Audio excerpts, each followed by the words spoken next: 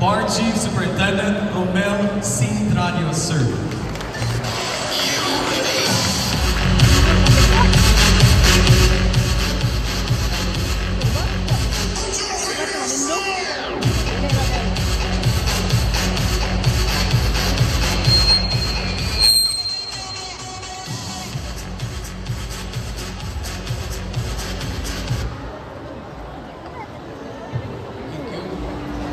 To our distinguished guests, national headquarters, Senior Superintendent in charge of Tante, to the command group, Senior Superintendent Alan Cabot, Senior Superintendent Rex Clifford Salvania, and Senior Superintendent Richie Pabre, and to our fellow public servants, our partners from various agencies, our courageous and dedicated firefighters, and to our valued partner in public safety, the management of SM Cagayan de Oro Downtown Premier, headed by Mr. Paulo Julieta, the mall manager.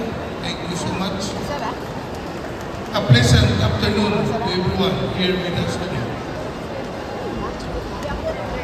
It is a personal honor for me as your regional director to welcome you to the Fire Square Roadshow 2026 and our Women's Month celebration.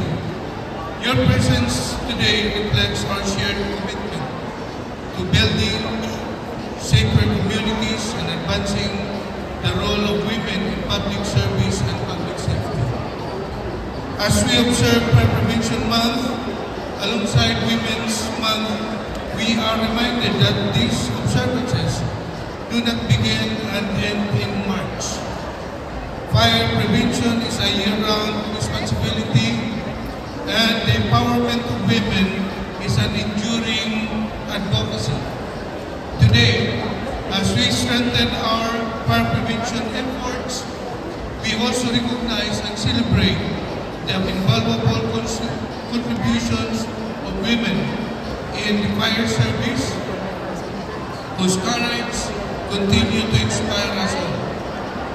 Once again, let me express our sincere appreciation to SM Cagayan de Oro Downtown Premier for opening your doors to this initiative.